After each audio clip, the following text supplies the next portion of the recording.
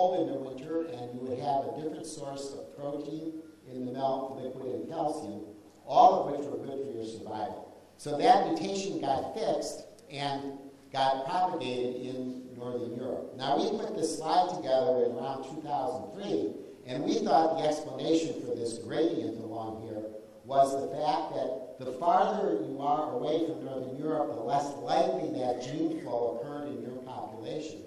Well, that was nice at that time, but about 2 or 3 years ago, another researcher, Tishkoff, and her colleagues found that there was a separate mutation which occurred in Africa about 7,500 years ago.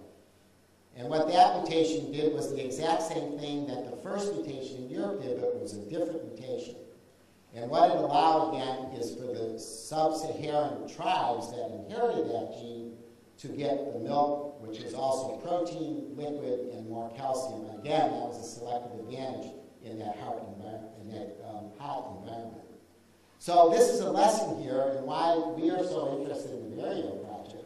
We cannot do a study in one population, be it Saudi Arabia or the United States or Europe, get the conclusion of the genetics, and then say this applies to everybody in the world. It doesn't work that way.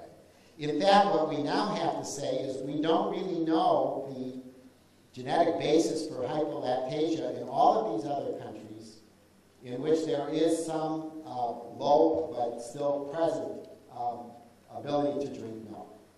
So this is a very important lesson in terms of why we have to work together internationally and start doing more analysis